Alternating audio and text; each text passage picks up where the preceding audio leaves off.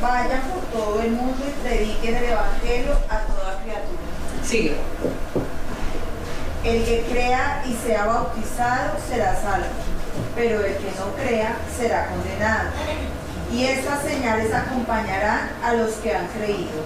En mi nombre echarán fuera demonios, hablarán en nuevas lenguas, tomarán serpientes en las manos y aunque beban algo mortífero, no les hará daño.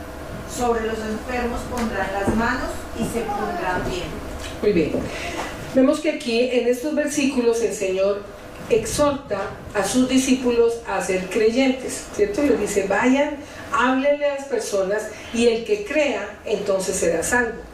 Y nosotros tenemos en las iglesias dos clases de personas que asisten a la iglesia. Unos son los creyentes y otros son los discípulos. En esta noche yo quiero que cada uno se haga una evaluación para usted solito, ¿no? No necesitamos saberla nosotros. Una pequeña evaluación si usted todavía sigue siendo solo creyente o usted es un verdadero discípulo. Y es importante que uno se evalúe en esta clase de cosas, aunque lleve muchos años en el Evangelio. Entonces, aquí en el Evangelio de Marcos dice, y está en la última parte, es el último capítulo del libro de Marcos, en la versión Reina Valera dice, Jesús comisiona a los apóstoles. Viene después de la resurrección, y donde él se le apareció a muchos. Dice que la palabra que Jesús se le apareció como a 500, ¿no? Se le fue apareciendo por poquito a los discípulos, pero finalmente se le apareció a muchos. Pero aún que era tan palpable, ¿cierto?, que estaban con ellos. ¿Se acuerdan que por el camino de Maús también se encontró con dos? Y que esos dos lo reconocieron cuando estaba partiendo el pan. A pesar de que había tanta evidencia de que Jesús había resucitado, sin embargo todavía había discípulos que estaban dudando. Pues sabemos por la palabra que Tomás decía que hasta que no creyera y no metiera los dedos, pero él lo vio, metió los dedos en su llaga. En teoría debe haber creído. Pero aquí dice, en esta parte, Jesús comisiona a los apóstoles, dice, finalmente se apareció a los 11 mismos, estando ellos sentados a la mesa, y les reprochó su incredulidad. ¿Cuánto tiempo estuvieron estos discípulos con el Señor? 3 años, ¿verdad?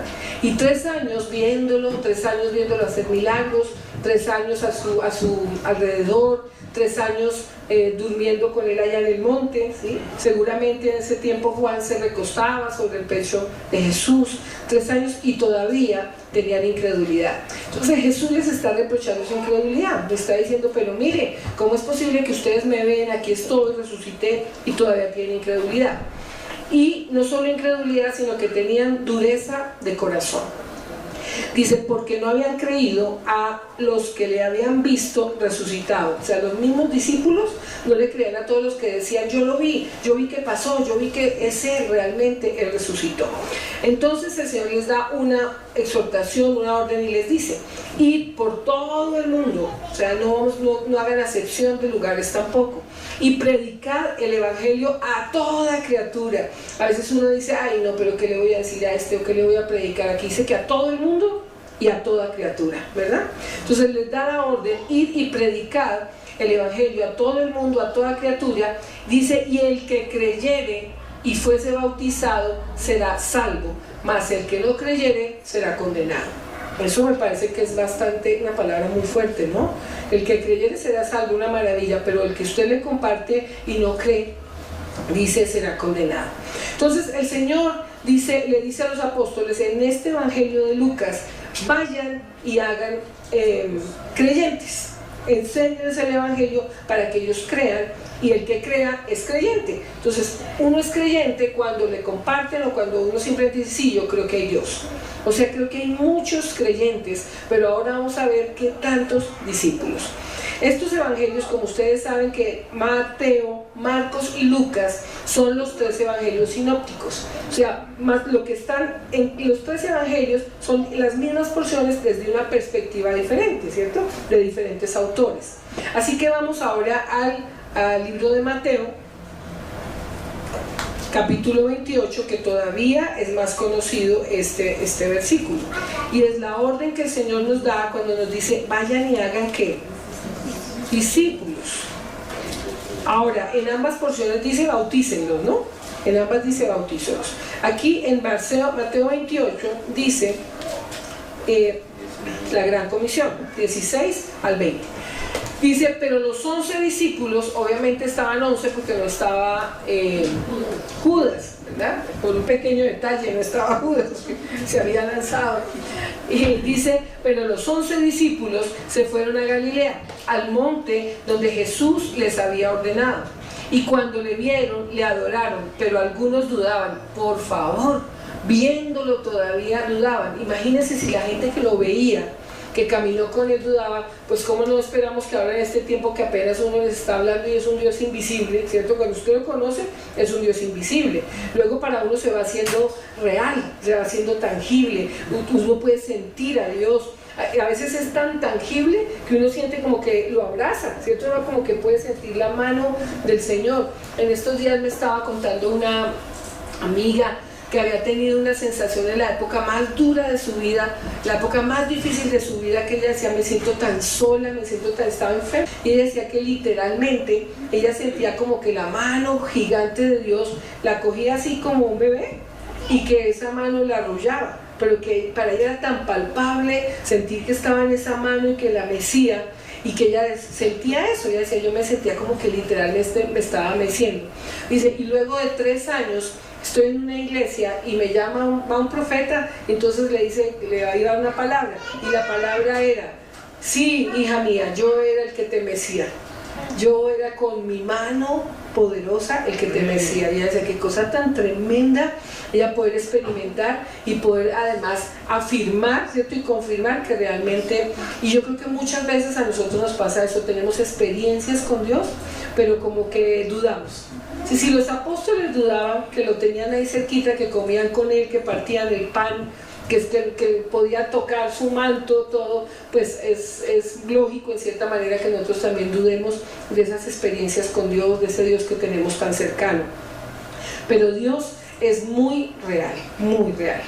Muy bien, entonces ahí en Mateo le sigue diciendo, y Jesús se acercó y les habló diciendo, toda potestad me es dada en el cielo y en la tierra. O sea, cuando ellos están dudando, el Señor ya tiene poco tiempo, ¿cierto? Porque ya va a partir, ya había resucitado. Pero antes de irse les dice, como que les está diciendo para que no duden, entiendan, toda potestad, o sea, todo poder me es dado en el cielo y la tierra. ¿Qué no podría hacer yo? No puedo morir, no puedo resucitar, no puedo subir cuando quiera, bajar, o sea, yo puedo, toda potestad me ha sido dada en los cielos y en la tierra. Por tanto, o sea, a causa de esa potestad, ¿verdad? De esa potestad, acuérdense que en Efesios la palabra dice que Jesús es el nombre sobre todo nombre, ¿cierto? El nombre en que podemos confiar, en el nombre que echamos fuera demonios. Vaya usted y consiga a alguien, por más fuertes esos luchadores de sumo, o esos luchadores ahora que no sé, eso que todo se vale, no sé cómo se llama, o el más fuerte del mundo, dígale, vaya y eche fuera un demonio y no puede hacer nada. Porque solamente se pueden echar fuera los demonios por el nombre de Jesús, el poder del nombre de Jesús.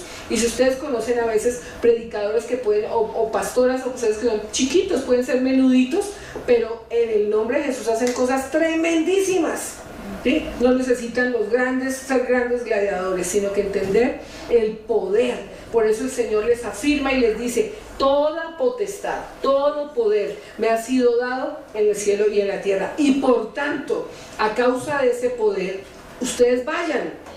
¿Sí? Les dice, no les está diciendo acá, pero desde Efesios hasta este tiempo también les está diciendo, en esa primera parte de la iglesia les está diciendo, en mi nombre echarán fuera demonios. En mi nombre sanarán enfermos, en mi nombre. O sea, les está diciendo qué grande poder tienen en sus manos.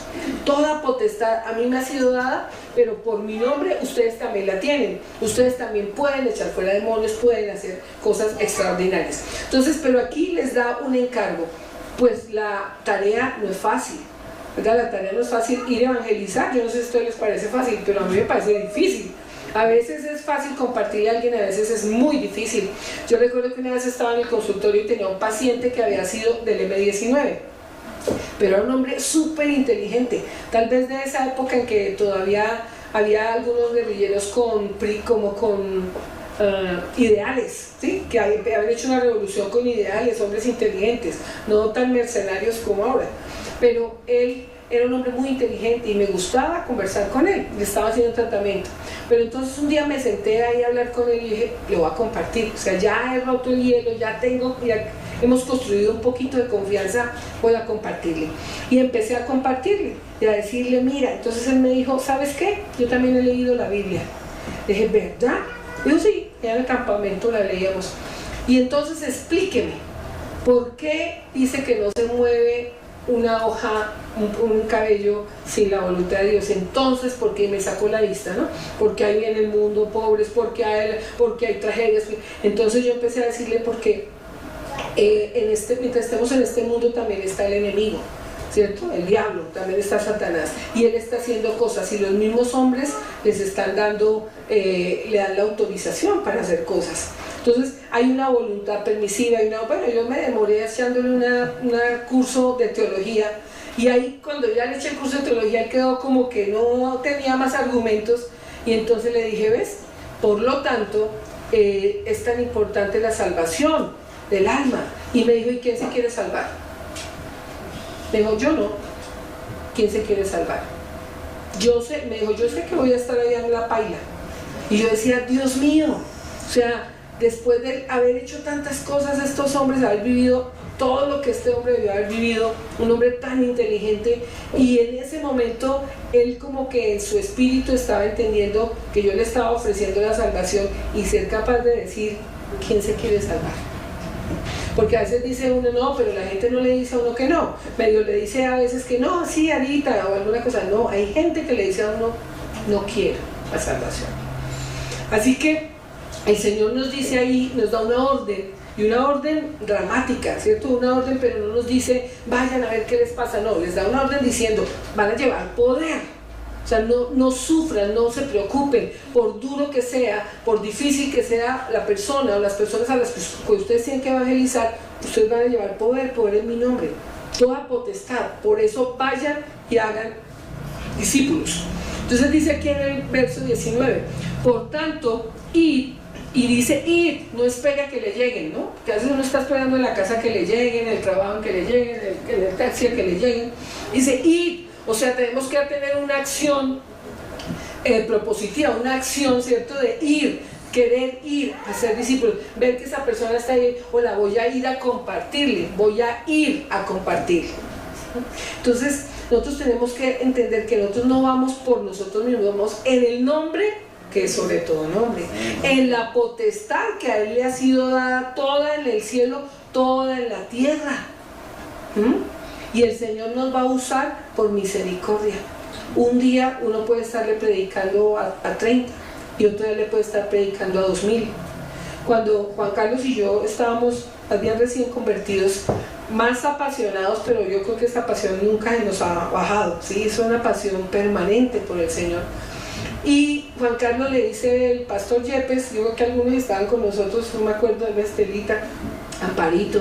El pastor Yepes le dice a Juan Carlos, hermano, predique en la iglesia. La iglesia era al pie del río Bogotá, pero era el río Bogotá. O sea, el río Bogotá estaba aquí en el patio, era la distancia, y nosotros estábamos allá. Olía al río Bogotá. Y entonces era una brigada de salud. Nosotros pensamos que era una iglesia, ¿cierto? Usted le dice, hermano, venga y predique, ¿usted qué piensa? Pues en la iglesia. Había ontología, medicina, había restaurado todo. Pero todo el mundo estaba dentro de esa casa. Y nosotros estábamos afuera. Y Juan Carlos le dice, bueno, pastor, ya tengo que predicar, me avisa que horas tengo que predicar. Dijo, vaya y predique. Le pasó un micrófono, ¿dónde? Pues allá afuera. Entonces, claro, y Juan Carlos había preparado esa prédica como si fuera una cosa bárbara.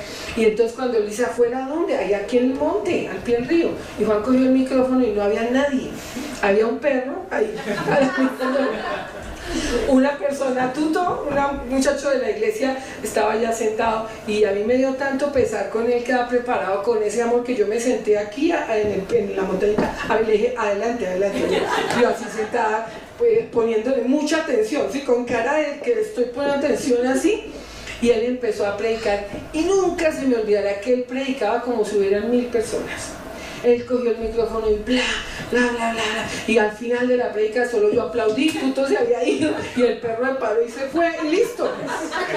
Ese fue. Wow, Dios, wow. Y esa fue su primer prédica. Y Juan siempre ha sido evangelista, ¿no? Así que cuando él da esa primera prédica, pues yo no le dije nada. Yo cuando él se bajó ya le dije, muy bien, lo hiciste muy bien, ¿te gustó? Me encantó. Eso siempre cuando el hombre predica o hace algo, la mujer tiene que decirle me encantó, porque esa opinión es importantísima. Entonces le dije, me encantó, muy bien. Y bueno, sin embargo yo creo que él y yo nos fuimos pensando, pero aquí está prédica, pero vamos con seguridad, y nos fuimos. A los 8 días volvimos porque el pastor nos invitó y dijo, no, vengan para contarles unas cosas.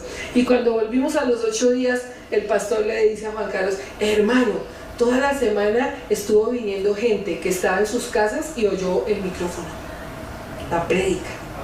Yo decía, wow, qué tremendo la multiforme gracia de Dios. Cuando usted piensa que le predica a uno y usted no sabe a cuánto les está predicando. Y fuera de eso, entonces, él tuvo ese acto de humildad. Fue un acto de humildad para él haber predicado ahí. Y entonces le dije, mi amor, por uno, siempre hemos pensado por uno, ¿cierto? Siempre hemos pensado, el que es fiel en lo poco, Dios lo pone sobre mucho. Una personita, una persona, está bien, 2, 5, las que sean. Y a los 8 días nos llaman del Ministerio de Matrimonios que trabajábamos y nos dicen que si quieren ir a predicar a Estados Unidos. Entonces decíamos, wow, predicó él con esa pasión para una persona y para mí.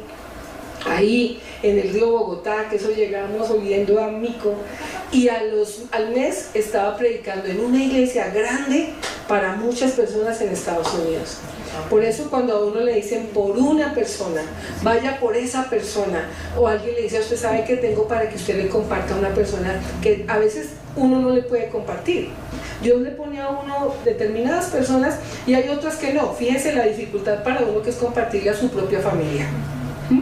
O sea, su propia familia es la más difícil, porque nuestra propia familia es nuestro Nazaret, ¿sí? Pero usted luego no era el que bailaba encima de la mesa cuando tomaba 3 aguardientes, ¿sí? Usted no era el que cantaba rancheras cuando, ¿sí? Usted no era, ese es nuestro Nazaret. Recuerden que Nazaret era, pero este no era el hijo del José, el carpintero, el que vivía allí a la vuelta, el que tenía fuera el letrero se hace en cajones, cajonería al cajón se hace en cajones, ¿no? Ese era, sí, ese era.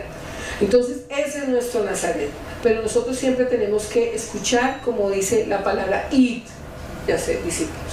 Así que hoy yo quiero que ustedes en ese papelito, que tienen un esferito, como no van a escribir sino 3 cositas, se lo pueden turnar.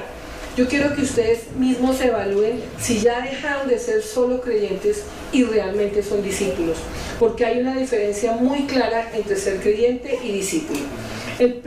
La primera, ustedes quieren, y yo quiero que anoten 1, o sea, número 1, y ustedes anotan creyente con C o discípulo con D, ¿sí? Bueno, y ahí ustedes se van evaluando si es creyente o si es discípulo. Pueden escribir creyente o discípulo. Muy bien. Entonces, el creyente, o sea, el que hasta ahora creyó, pero a pesar de que va a la iglesia, todavía no es un verdadero discípulo. La palabra discípulo viene de disciplina, ¿sí? Pero no de disciplina de pegarle a alguien, sino viene de disciplina, de tener una disciplina para leer, para estudiar, de tener una disciplina espiritual. Así que la palabra discípulo viene de disciplina. Creyente, entonces el creyente asiste a la iglesia, asiste a la iglesia, pero el discípulo, él es la iglesia donde está. O sea, nosotros somos los mismos en la iglesia, los mismos fuera de la iglesia. El creyente viene a la iglesia cada 8 días y afuera sigue como si nada hubiera pasado en su vida, como si nada hubiera cambiado en su vida. Pero el discípulo, él es la iglesia. Y el Señor, tenemos que entender que nosotros somos la iglesia, ¿verdad? El cuerpo de Cristo, todos unidos, nosotros somos el cuerpo de Cristo. Nosotros somos la iglesia. Así que usted ahí puede ponerse un chulito. ¿Usted asiste a la iglesia o usted siente que usted es la iglesia? ¿Sí? El punto 2. El creyente busca ser animado. Entonces siempre que llega, ay no, pero es que confórtenme, como dice el de las ovejas, ¿no? Anímame, abrázame, confórtame, escúchame, consiénteme. El creyente busca siempre ser animado. En cambio el discípulo busca animar. El que ya está discipulado en el Señor, el que ya está maduro en el Señor, llega y está pendiente de si ve a alguien triste para irle a decir ¿qué te pasó? ¿Sí? Ustedes se dan cuenta que yo entro y empiezo a hola, hola, y si veo alguna vez, venga, ¿qué fue lo que le pasó a mi hija? Sí, empieza uno a buscar a quién tiene que animar, a quién tiene que mover, busca qué es lo que tiene que hacer. Así que póngase un chulo. ¿Usted siempre viene para ser animado o ya está buscando cómo animar a otros? Bueno, el tercer punto. El creyente piensa solo en recibir. Yo voy a la iglesia a recibir, me siento a recibir y Señor, dame aquí esto y dame. Mientras que el discípulo piensa en dar y en servir. Piensa en dar y en servir. ¿Ya se pusieron el chulito? Muy bien. El cuarto, el creyente reclama y se queja. Yo me acuerdo mucho cuando íbamos a una iglesia, yo alguna vez les conté que esa iglesia pues era muy bonita, muy avivada, pero que la escuela dominical era horrible para entrar, les conté, no. ¿Sí? Que era una escalerita delgaditica, y yo tenía mis 3 niños, entonces yo tenía a Pablito recién nacido, tenía a Juanito así chiquito y Catalina, entonces calculé que era un culto después del otro, y había una escalerita como así ¿cómo se llama? En caracol, y cuando yo iba subiendo con mis 3 chinos, así porque solo sube un papá. Entonces iban bajando una mamá con otro cargado acá y yo subiendo, y cada vez que subía eso era una tortura, y yo salí ese día diciéndole a Juan Carlos, ya no quiero estar más en esa iglesia, qué jartera esa bobada de subir y bajar esa escuela. Ya podrán ver la madurez de uno, ¿no? Porque se quiere ir de la iglesia por cualquier pendejada. Y entonces Juan Carlos me dijo, ¿usted qué le pasa? No le paré bolas a eso, pero yo estaba molesta y sentada, molesta. Y el pastor cogió el micrófono y dijo, buenos días mis hermanos, quiero decirles que tenemos un poco de dificultades con la subida a la escuela dominical, pero el que esté muy molesto, quítese el chupo de la boca y siga adelante. Y yo, sí señor. Nos quejamos mucho, ¿sí? Todo nos perturba, porque si la puerta, que si esto es incómodo, que cualquier cosita. En cambio el que es discípulo, eso no le importa. El discípulo no le importa eso, el discípulo solamente piensa en obedecer la palabra y tiene misericordia de todos, misericordia. Punto 5, ¿sí? Quinto, el creyente lee a veces la Biblia, un día lee la Biblia, un ratico cuando necesita leer la Biblia, o a veces por la noche, a veces cada 8 días, el creyente lee la Biblia, pero el discípulo vive la Biblia y enseña la Biblia, ¿no? Vive la Biblia y enseña la Biblia. El punto 6, el creyente piensa de Jesús, Él es mi Salvador. Jesús me salvó, tan bueno, gracias, porque es lo que recibió de Él, la salvación. Pero el discípulo, para él, Jesús es el todo de su vida, ¿sí? No es el Salvador nomás, porque el Salvador es lo que usted recibió gratuito, ¿cierto? Es como el principal regalo, lo que usted ya aprovechó de Jesús. Ay, la salvación, ya tengo la salvación. No, para el discípulo Jesús es todo en su vida. Jesús es su padre, su amigo, su hermano, el que está con uno, todo es todo en la vida de nosotros. La siguiente, que es la 7, el creyente suma, pero el discípulo multiplica, ¿sí? En todas sus cosas. El creyente viene y se sienta, ¿cuántos somos? 35, y yo me siento acá como creyente, somos 36. Pero el verdadero discípulo multiplica, ¿cierto? Va y discipula, va y busca, va, evangeliza, va, trae gente. Eso hace el discípulo. Número 8. El creyente siempre espera que oran por él. Siempre que lo ven a uno, diga, ay, pastora, ore por mí, ay, hermana, ore por mí. Y lo peor es que le dicen, no, ore mucho por mí. Así, ni siquiera le dicen, tenga la bondad de orar por mí, sino ore mucho por mí. Y entonces yo a veces digo, ay, Dios mío, cuando me dicen ore mucho, yo no contesto, porque realmente dice la palabra que uno se enlaza con los dichos de su boca, y porque cuando nuestro sí es sí, nuestro no es no, uno tiene que saber a qué le dice amén y a qué no le dice amén, ¿sí? Hay gente que le dice a uno ore mucho y uno sí, amén, amén. No, si usted dijo amén, ya usted tiene una demanda, o sea, usted ya tiene que hacerlo. Entonces lo mejor ahí es decirle, espérese de una vez, oremos, venga, oro por usted, o decirle, voy a orar. lo que yo pueda con mucho amor por usted, pero no ore mucho, usted queda ahí atrapado. Eso hace el creyente, pero el discípulo, ¿qué hace? Intercede por otros, ¿sí? Usted no ve a uno que es creyente así tibio, voy a orar por todos. No, todo el tiempo es, hermanita, ore por mí, voy a pararme porque ore por mí, que la iglesia ore por mí. Todo el tiempo está demandando, porque el interceder por otros requiere sacrificio. ¿Sí? El interceder por otros requiere dejar su yo, requiere que usted, en lugar de estar, Señor, la luz, el teléfono, el marido, mira, Señor, que me duele aquí, me duele acá, me duele acá, y el Señor dice, tiene el dedo fracturado, ¿no? Me duele aquí, me duele aquí, me duele acá. Señor, tengo esto, tengo lo otro. ¿Por qué usted no piensa en los que sufren más que usted? Esta semana podía haber orado un poquito por los de Corinto Valle, que se les vino una avalancha y les acabó las casas. ¿Sí? Se puede orar un ratico por la gente que sufre, porque se puede orar un poquito por, ustedes saben, cualquier hermano de la iglesia que sufra de algo, de los riñones, que no tenga, para que usted sepa que no tiene para comer, pues esas personas, cuando usted empiece la quejadera con el Señor, dile, Señor, tráeme a la memoria, Espíritu Santo, alguien por quien yo tenga que orar. Entonces usted se está volviendo ya un discípulo. Mientras usted, su oración sea solamente suya, mi hijo, mi mamá, mi hermano, mi primo, mi tío, mi trabajo, mi plata, mi salud, gracias Señor, amén, aleluya. Usted es un creyente, pero usted no se está comportando como un discípulo. En el punto número 9, un creyente espera a que le asignen tareas. Ah, no, pues como a mí nadie en la iglesia me dijo que pasara la silla de aquí a aquí, pues yo no lo voy a hacer. Aquí hay un hueco en la pared, pues eso sí, ¿quién estará encargado de tapar ese hueco? ¿Jaimito será que tape el hueco? Porque yo que voy a tapar el hueco. ¿Sí? Amén, amén, amén. Hay un pocillo aquí, ay, ¿quién dejaría este pocillo aquí untado de tinto? Pero como yo no soy la que lavo los pocillos, pues a mí que me importa que esté. Usted es un creyente. Pero un verdadero discípulo, ¿qué hace? Está listo a asumir desafíos. Un verdadero discípulo tiene la iniciativa, no hay que esperar que nadie le diga nada, porque él lo hace voluntariamente, porque entiende el valor del servicio. Siguiente, que es la número 10. El creyente entrega parte de su vida, parte de su tiempo para la obra.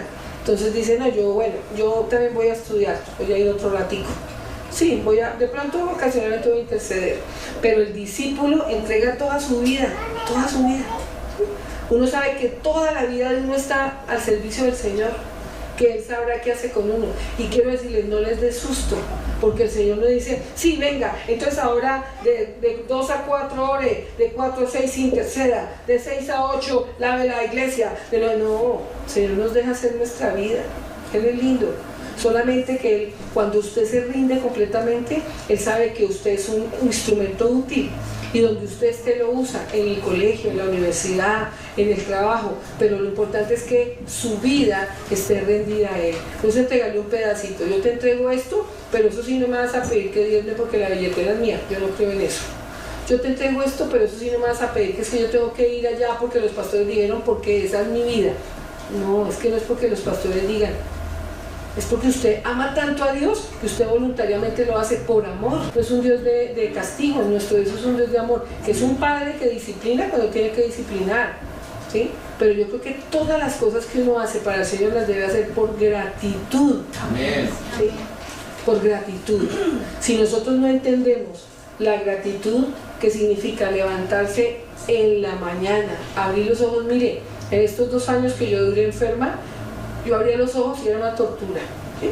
Abrir el ojo era una tortura, porque uno empieza otro día, otra vez me empezaba a zumbar la cabeza, me pasaban todas las cosas, y yo decía, otro día, Dios mío, con esta tortura.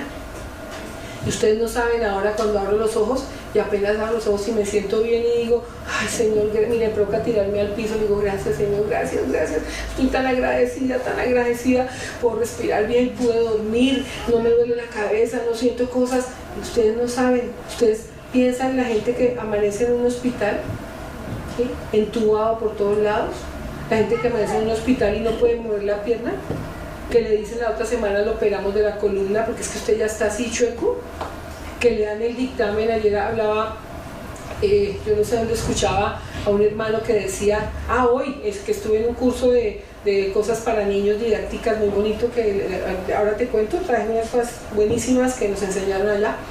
y él decía que la hija de 17 años, una china pilísima, y que empezó a sentir un dolor aquí en la espalda. Papá, que me duele eso, cualquier cosa que uno inventa. Papá, que ahora me duele como aquí y como aquí. Y entonces, no, pues vaya al médico. Y va al médico y le descubren un tumor de 7 centímetros maligno, un linfoma. Y yo decía, a los 17 años, ¿qué siente uno como papá y la niña que le digan, no, usted tiene un linfoma? El día anterior está bien, tranquila, pensando en qué vacaciones, sí, para dónde se va a ir con las amigas, y al otro usted tiene un linfoma. De ahí en adelante, ¿qué sigue? Quimioterapia, radioterapia, cirugía, la duda si va a vivir o no va a vivir. O sea, cada día de nuestra vida tiene que ser un día de gratitud, un día de decirle, Dios, todo es tuyo, ¿sí? O sea, todo es tuyo. ¿Qué me podría reservar para mí? ¿Qué podría reservarme para mí? ¿Qué? ¿El tiempo? Si el tiempo es de Él. ¿Qué podría reservarme para mí? ¿La plata? La plata es de Él. ¿Qué podría reservarme para mí? Mi familia, mis hijos le pertenecen a Cristo. Una vez, cuando estaba mi hija chiquita o mis hijos chiquitos, yo recuerdo que estaba orando por ellos a la madrugada. Yo siempre a la madrugada estoy ahí orando por todos, por la iglesia, por todos, y por lo que se me viene hacia la cabeza, pero obviamente por mis hijos. Y entonces estaba tan triste, y yo me acuerdo que le decía, Señor, todavía no me lleves, mis hijos están muy chiquitos, ¿qué van a hacer mis hijos? Y yo me imaginaba ya Juan Carlos con otra esposa. Ay, sí, también tenía un pequeño problema, sí, yo, no, pues claro, uno piensa de todo, ¿no? Y ya ahora grandes no, yo digo, ya están grandes, ya más bien tiene que tener usted cuidado con la que traiga a vivir acá, porque mis hijos la acaban. Pero chiquitos no, chiquitos uno se angustia, uno dice, Dios mío, ¿qué tal que le pongan otra mamá a mis hijos? Y no ese era el problema, eran mis hijos que van, y de pronto siento la voz tan clarita, tan audible de Dios que me dijo, ¿quién los cuida mejor, tú o yo? Y yo solamente le puedo decir, tú, Señor, tú los cuidas mejor. ¿Ves?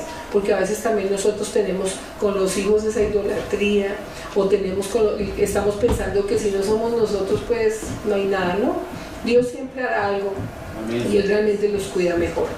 Así que la gratitud es tremenda, y por esa gratitud tenemos que decir al Señor, todo es tuyo, todo te pertenece, mi tiempo, mi vida, mi ser, mi familia, lo que soy, mi mente, en aquello que tú sientes que eres más fuerte.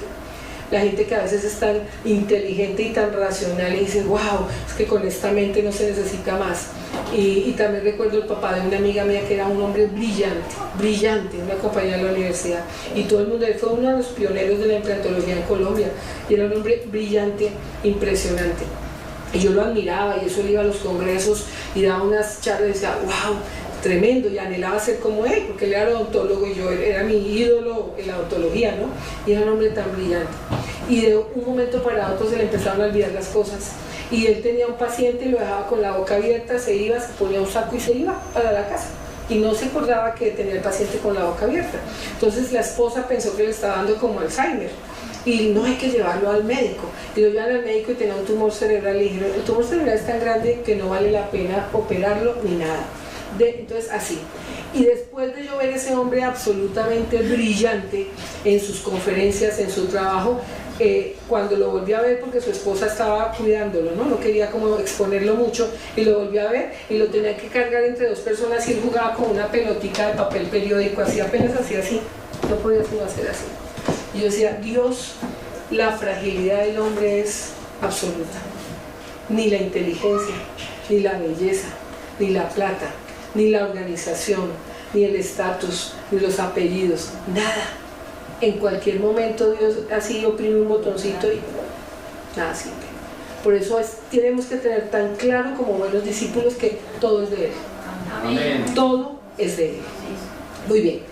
Luego en el punto número 11, el creyente solamente todavía es afectado por el mundo. Ay no, pero es que yo en la oficina todos se van a bailar, y yo cómo me voy a bailar, yo tengo que ir a bailar, pues yo sí creo en el Señor, pero yo tengo que irme a echar una bailadita, ¿sí?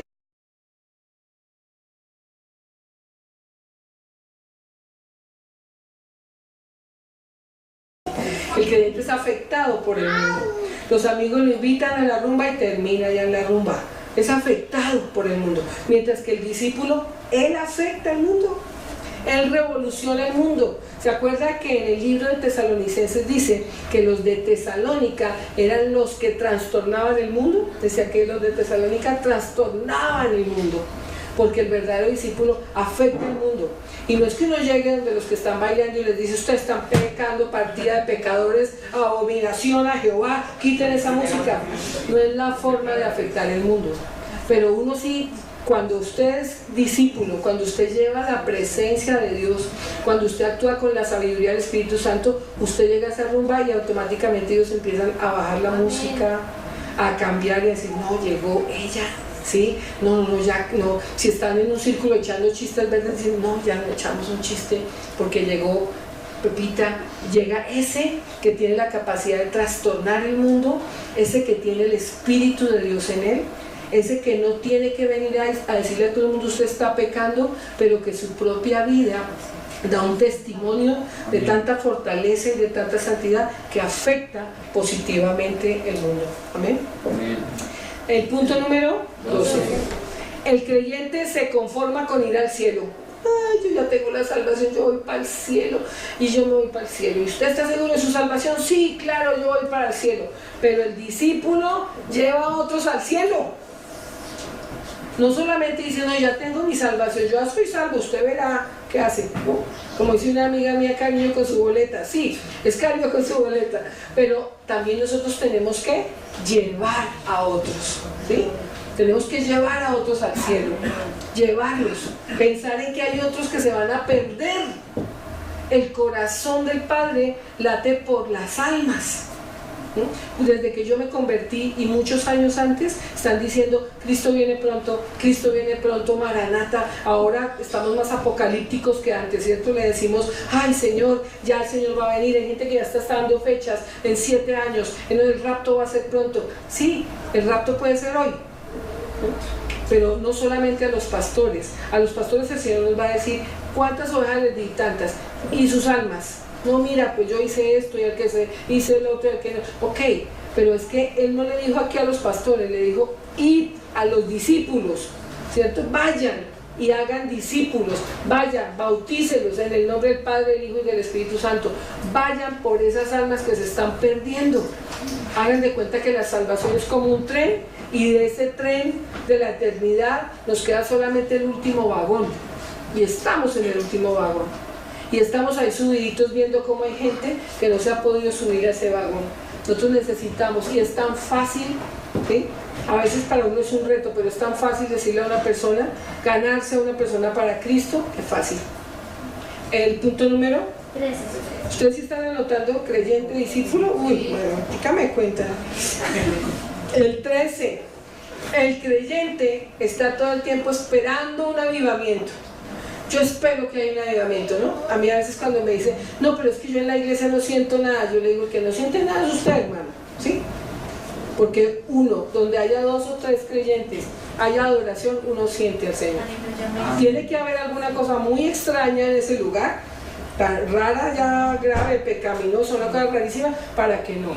Porque el que siente es usted, el que el Espíritu Santo está en usted, dentro de usted. Cuando usted va a un sitio buscando: es que aquí quiero sentir, entonces usted luego va hasta otro lado y voy aquí quiero sentir, y aquí quiero sentir. No, pues ore, ayune, adore y verá qué siente.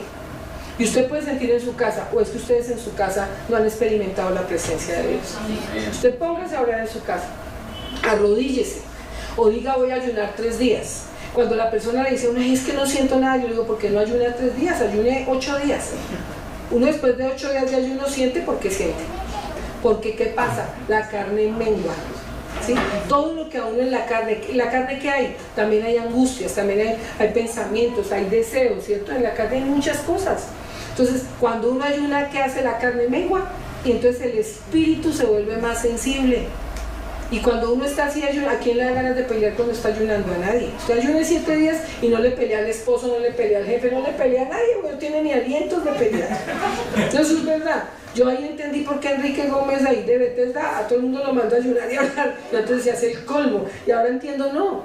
Y a mí me pasa eso, sí, cuando uno se siente muy carnal, pues voy a hacer un ayunito, y en el ayunito uno le va bajando la nota. Porque esos son los ejercicios del creyente: la oración, el ayuno, la vigilia. Esos son los ejercicios que hacen parte de esa disciplina del discípulo. El discípulo por sí solo dice, uy, voy a ayunar, hace rato que no ayuno. El discípulo por sí solo dice, como que me voy a quedar orando más tiempo, como que me voy a levantar a las 3 de la mañana.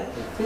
Como me acuerdo, Estelita creo que fue que yo le decía, bueno, vamos a estar orando a las 3 de la mañana o a las 4. Estelita decía, no puedo, me vence el sueño. Espíritu Santo, levántame.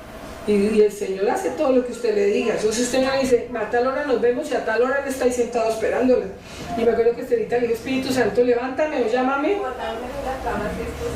Ella dijo, si no me levanto, bótame de la cama. Cuando de pronto, ¡cha!, la botó de la cama. ¿Cierto, Estelita? La botó de la cama. Porque es que de verdad cuando usted le pone una cita al Espíritu Santo, Él va. Usted no va, pero Él va. Y una de las formas de contristarlo es cuando usted no va. Hace 3 días estábamos oyendo al pastor Cañas, que estábamos en una reunión ahí de pastores, y él nos dio unas enseñanzas muy bonitas.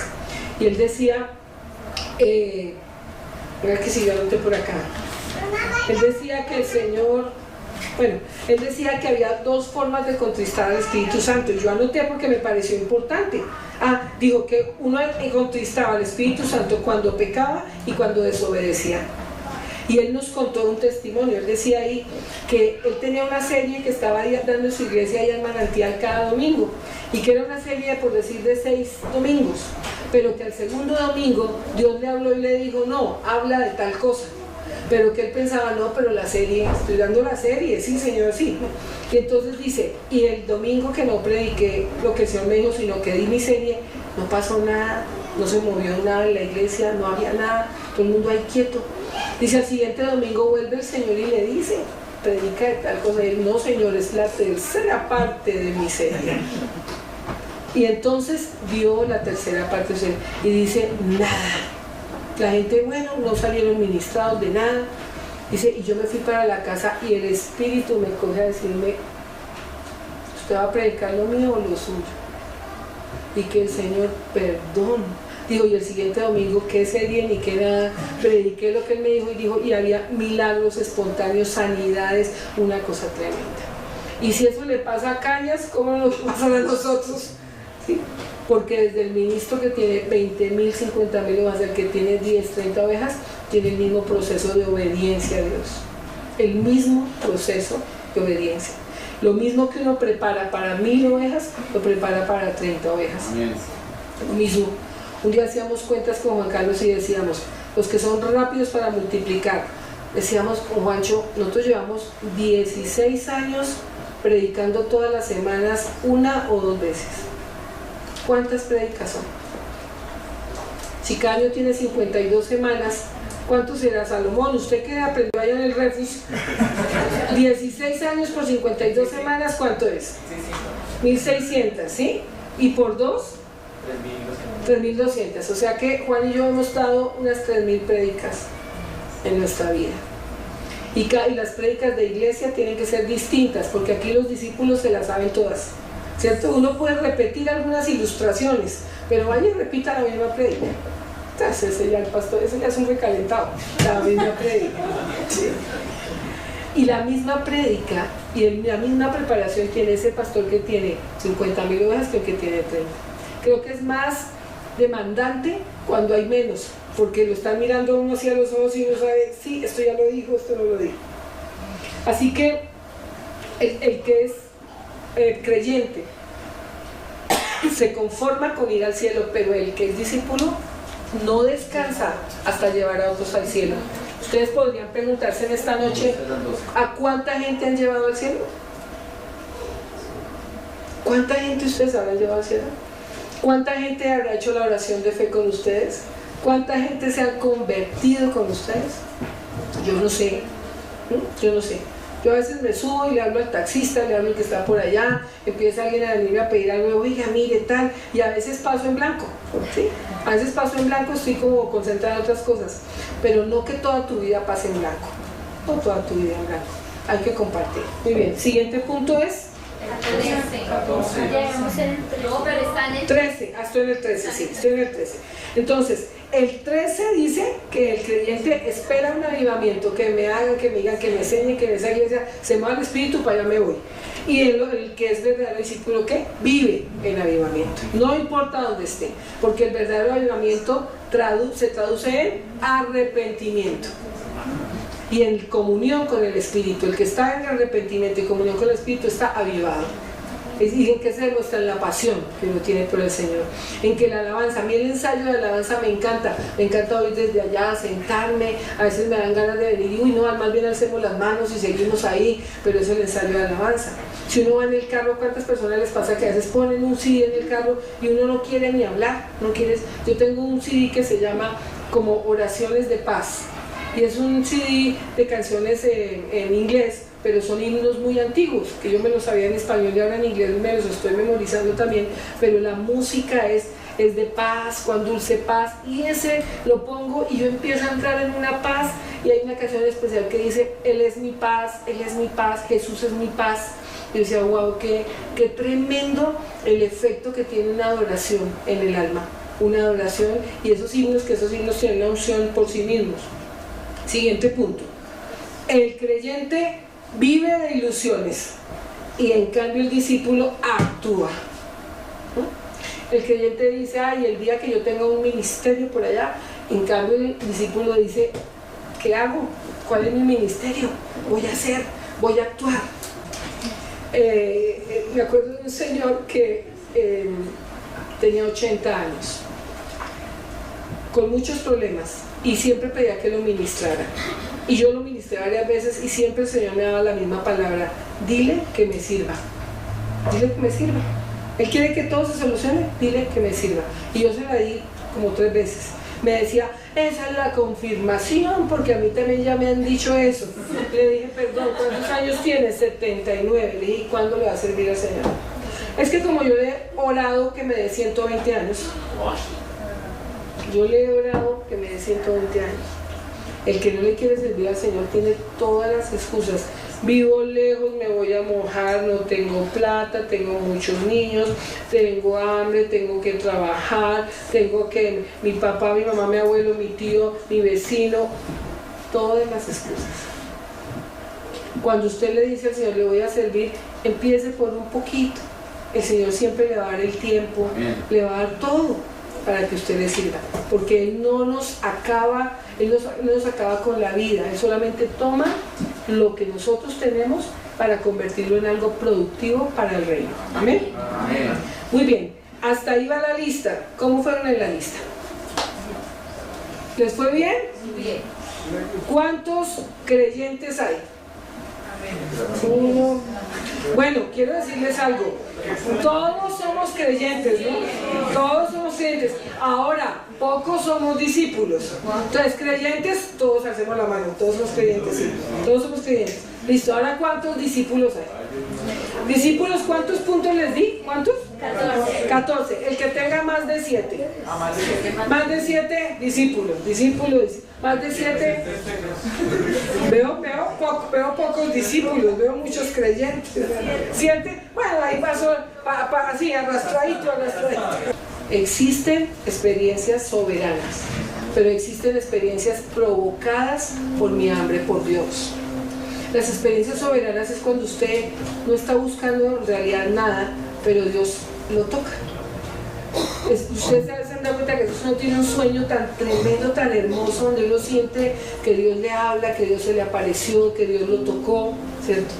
A veces uno está orando normalmente o empieza a alabar, no está espera a alabar, no, a adorar, porque alabar en la casa. Empieza a adorar y no está con ninguna expectativa extraña, pero Dios lo toca, Dios le da ese día algo. ¿Sí? Usted entra a la iglesia y en el momento en que entra el predicador está diciendo algo, ¿sí? Que entre la multitud Dios diga, tú que estás allá esperando tal cosa, ¿sí? Tú que has pensado, mire, yo he oído muchos testimonios de personas que están ahí, de pronto una amiga una amiga, me acuerdo mucho, que pasó unas experiencias muy duras, y ella me decía que estaba lista para suicidarse, que ella ya había estudiado todas las formas de suicidio, que había visto por internet cuál era la forma más fácil y menos dolorosa. Entonces que ahí había visto que era fácil cortarse las venas. Entonces ella dejó en el baño todo así, organizó la cuchilla, organizó todo, listo para suicidarse. Y que después se fue a la cocina.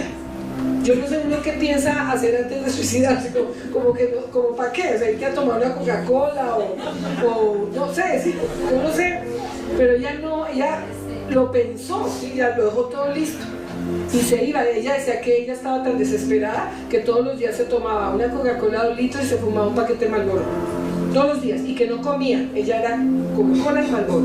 Imagínense, 2 estimulantes del sistema nervioso, sí, una locura. Y ella estaba ahí con eso y dejó a la cuchilla. Y dice que, bueno, ya tomé la decisión, se acabó.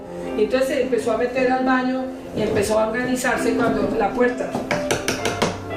Y ella, ay, será mi hermano, pues ¿quién llegó ahora? Y dijo, pues yo no voy a abrir, si ya que me encuentren aquí desangrada. Hasta que era tanta existencia, entonces que ella se fue y abrió la puerta y era una viejita. Y le dijo, buena señora, ¿cómo está? Y que le dijo, bien, es que yo soy vecina suya del 308, sí, y yo soy cristiana y todos los días oro por su merced. Y el Señor me dijo, vaya y dígale que no haga lo que pensaba hacer. Eso es un acto tan soberano de Dios, es una cosa tan tremenda que tú sabes, porque sabes que es Dios en su voluntad que hace algo para tocar tu vida profundamente. Ella dice, ella después decía, y después de eso, ¿quién se suicida? Nadie, hermana, pues nadie.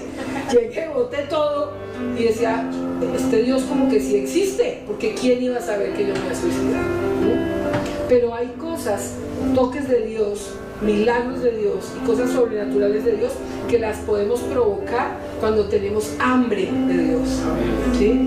Usted puede venir a la iglesia porque, ay, qué jartera, me invitaron, no tengo más que hacer. Voy a ir porque es que si no mi mamá me regaña, qué jartera, ¿sí? O voy a ir porque, bueno, siempre es bueno como ir un ratico allá a ver qué es lo que va a hablar el pastor o la pastora, ¿sí? Ay, no, a mí me gusta la alabanza, yo voy. O usted puede ir a su iglesia, chiquita, grande, mediana, fea, bonita, con luces, sin luces. Usted no va a buscar el confort, usted va a buscar a Dios, al Dios de la gloria, al Dios que la ama, al Dios que lo rescató. ¿A cuántos Dios nos rescató de la muerte? ¿A cuántos? ¿A cuántos Dios nos rescató de la ruina? ¿A cuántos Dios nos rescató de separar y dañar nuestro hogar? ¿A cuántos Dios nos rescató de tantas cosas? Uno por eso, recuerden, mire, yo cada vez que me hice en iglesia, hoy yo estos días me he levantado y Juancho sabe, a las 2 de la mañana, a las 3 de la mañana, a las 5 de la mañana me están hablando y a las 5 de la tarde me le he dormido a la gente. Pastor, algo importantísimo. Y yo, sí, ¿qué así? Perdón. Entonces le digo yo, Juancho, estoy teniendo microsueños, pero no manejando, sino microsueños hablando con la gente, qué vergüenza, ¿sí? Pero Juan sabe que yo me levanto y me un rato y empiezo, Dios, ¿cómo estás? Sí, claro, y empiezo a hablar con Dios y gracias. Y a veces siento arrodillas, sí, me arrodillo, Señor, no me arrodillaba hace 3 días, y me arrodillo y vuelvo y me siento y empiezo, y Señor, la gente de la iglesia, Señor, guárdalos, y por cada cosa que el Señor me acuerda, por eso oro, por mis hijos, por todo, y estoy ahí, y Señor, y a veces me levanto a las 2, a las 4, no tengo sueño, entonces me voy a lavar la loza a hacer el almuerzo, y entonces a las 4:30 tengo listo el almuerzo, digo, déjame dormir un ratico y me voy a dormir. Eso es. Pero cuando no puedo hacer eso, ese día digo, Dios, no, es que no puedo conversar contigo. Es conversar con el amor de la vida de uno, es conversar con el Salvador, es conversar con el que me ha redimido. Yo he estado 3 veces muerta y Él me ha sacado así, me coge la mano y me dice, salga, porque a todos nos necesita para cosas increíbles, ¿sí? El Dios que resucitó mis 3 hijos. Catalina tuvo una enfermedad incurable de los riñones y la resucitó. Juan Elías se me perdió en el Parque Nacional, se perdió, que era el niño más hermoso que había, y se me perdió, y todos lo buscaban en el parque hacia abajo, y mi papá tuvo una revelación del Espíritu Santo y dijo, no, mija, yo me voy para arriba. Y Juan Elías tenía 4 años iba caminando solo en la montaña del Parque Nacional, solo, y mi papá lo encontró entre los árboles. Y yo ahí sentía morirme. Yo le decía a Juan Carlos, yo voy a morir. Y cogí a mi otro hijo y yo, búsqueme a Juan Elías, búsqueme a Juan Elías. Yo, usted que no siente, mamá, que el mío se le está perdiendo una cosa. Yo decía, no podía. Yo le decía, Señor, yo no podría vivir, por favor, mi hijo. Y mi papá lo trae a los 10 minutos. O sea, Dios. Y Pablito, chiquito, iba a broncoaspirar el tetero, entonces se le vino para acá y dejó de respirar un buen rato, y yo dije, se me murió mi hijo. Y lo cogí con la boca y le succioné el tetero, y yo sentí, y un día el Señor sí me dijo, yo te los devolví a los 3, te los devolví. ¿Cómo no voy yo a estar agradecida con Dios? ¿Cómo no lo va a decir Dios? Mis hijos son la bendición de mi vida. ¿Cómo no estoy agradecida con Dios porque me da un esposo que restaura mi vida y que es un hombre de Dios, que todos los días amanezco más fea, más vieja y más gorda y me dice, estás linda, estás divina, muñeca preciosa? Eso no tiene precio. ¿Sí? Un hombre que sea un buen hombre, que yo lo veo arrodillado, cuando yo veo un hombre de 50 y pico de años ahí arrodillado así, ¿usted qué cree que hoy yo siento? Solo gratitud. Ese hombre podía estar tomando trago, poniéndome los cachos. ¿Cómo no vamos a estar agradecidos con Dios? ¿Cómo no vamos a ir a la iglesia teniendo hambre de Dios? Hambre de Dios. No es venir por venir, ¿sí? No es venir porque tocó. Es tener hambre del Dios bueno que nos tiene aquí a todos de pie. Y que no solo nos tiene a todos de pie, sino que nos tiene cosas maravillosas. ¿Sabe una cosa? Y quiero que usted lo entienda hoy y lo apropie. Yo sé que muchos de ustedes todavía están en cosas duras y que a veces a uno se le hacen eternos los años. Yo volvía y decía, Señor, otro año con dificultades y no alcanza la plata y no sé qué, pero les voy a decir, hay un día en la vida que Dios hace un clic y todo cambia. Amén.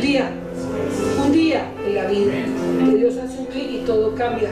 Hace poquito escuchaba a Ricardo Di Rocco, ese predicador argentino, que estaba flaquito, ¿se acuerdan que era flaco? Hace poco lo vi gordo, así, repuesto y todo. Yo dije, ¿qué le pasó? Y dice, después de 15 años de tener una enfermedad incurable, donde no me pasaba la comida, donde tenía cerrado aquí, bajaba de peso, no podía ni, yo decía, solo esperaba el día que me muriera, pero Dios me usaba para milagros, prodigios, maravillas, sanaba a las personas, casi que revivía muertos, decía, y yo iba a la casa y decía, Señor, gracias por tu unción, pero ¿y yo qué? ¿Y yo qué? Y el Señor solamente le decía, bástate mi gracia. Bástate mi gracia, el día va a llegar. Y le decía, el día va a llegar. Y él dice, y en 15 años, y un día me levanté y dijo, y escuché audiblemente que Dios me dijo, hoy es el día. Y yo quiero decirte, para todos hay un día. Hay un día en que tú ya no sufres la enfermedad. Hay un día en que tú ya no vas a sufrir la pobreza y la necesidad. Hay un día en que tú vas a ver a tus hijos convertidos. Hay un día en que tú vas a ver cómo tu hijo se casa bien. Tú vas a ver a tu hijo profesional. Hay un día en que Dios va a hacer algo. Porque siempre viene el día de Dios. No nos cansemos de esperar el día de Dios. Porque el día de Dios viene. Amén. Pida el día de Dios. Pide, Señor, apresura tu día. Aleluya. Y vamos a adorar. Señor, a ti te damos toda la gloria, la honra, la alabanza, Señor. Te pertenece la gloria y la honra a tus pies. Te pertenece.